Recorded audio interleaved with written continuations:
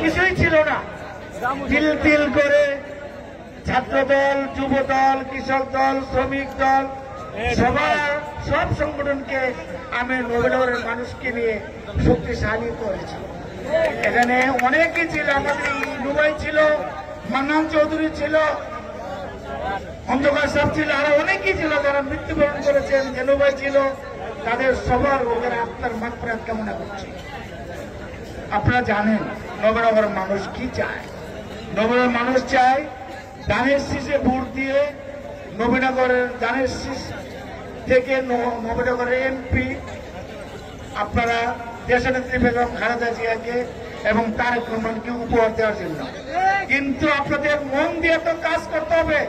আপনারা মনের মতো মানুষ না করে তো হচ্ছে না। ভুল তথ্যের ভিত্তিতে, ভুল ইনফরমেশনের ভিত্তিতে যাকে মনোনয়ন দিয়েছে তাকে আপনারা চিনেন। সে 2008 সাল থেকে 2021 সাল পর্যন্ত নবীনগরের মাটিতে পাড়া দেয় না। সে যদি বলে ওরা কারা, কারা তোর বিবেককে জিজ্ঞাসা করা হয় না কারা। আজকে আপনাদের কাছে প্রশ্ন, আগামী শুনলাম 22 তারিখেও এখানে জনসভা হবে, এগুলি আপনারা প্রতিহত করবেন। ব্যক্তিদেরকে যেখানে সেখানে তাদের শীষ নিয়ে আপনারা মিটিং করতে দিবেন না। ইনশাল্লাহ আমরা যারা এখানে আছি, আমরা সম্মিলিতভাবে একজন যোগ্য প্রার্থীকে তৃণমূল পর্যায়ে ধানের শীষের যে নেতৃবৃন্দ আছে তারা যাতে মন পুত হয়, অন্তর দিয়ে কাজ করে, আমরা সেই রকম একজন প্রার্থী চাচ্ছি। এর পরিবর্তন চাই একটাই কারণ, আমরা ধানের শীষকে ভালোবাসি।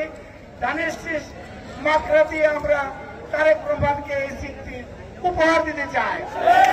আমাদের আন্দোলন, আমাদের সংগ্রাম দীর্ঘ এত বছর যাবৎ রাজনীতি করেছি, আন্দোলন করেছি, সংগ্রাম করেছি। আমরা এই সংগ্রামের ফল হিসেবে আমরা একজন যোগ্য প্রার্থী চাই। যাকে দিয়েছেন সে যোগ্য না, যোগ্য না। সুখে দুঃখে বিএনপির পাশে ছিল না, সুখে দুঃখে নবীনগরের পাশে ছিল না। নবীনগরের মানুষের দুর্দশা সে কোনদিন থাকে নাই। সেলফিশ লোক, তার গ্রামেই তার সাপোর্টার নাই। তারা নবীনগর কোন সাপোর্টার তার নাই। এই জন্য আজকে আমাদের একটাই আকাঙ্ক্ষা, আমরা রাষ্ট্র কাঠামো 31 দফা আমরা এদেশে বাস্তবায়ন করব।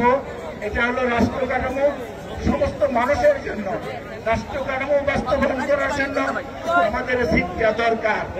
সেই জন্যই আমরা হাইকমান্ড, ভারপ্রাপ্ত চেয়ারম্যান সবাইকে আমরা আবেদন জানাবো যে এই বর্তমান যে প্রার্থী তাকে পরিবর্তন করে অন্য যে কোনো প্রার্থী দেন, নবীনগরের মানুষ সেটা গ্রহণ করবে।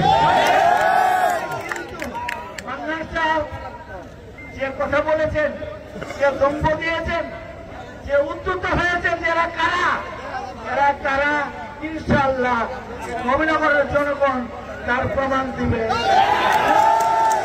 পরিশেষে আপনারা সবাই আসছেন, বিভিন্ন কষ্ট করে